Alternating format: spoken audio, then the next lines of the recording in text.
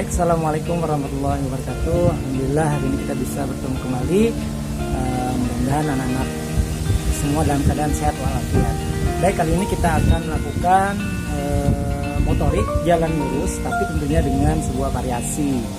Adapun beberapa alat yang harus kita siapkan, yaitu yang pertama kita nanti siapkan ini ya, ada botol yang diisi air dan satu buah tampan. Ya, sebentar. Baik, langsung saja.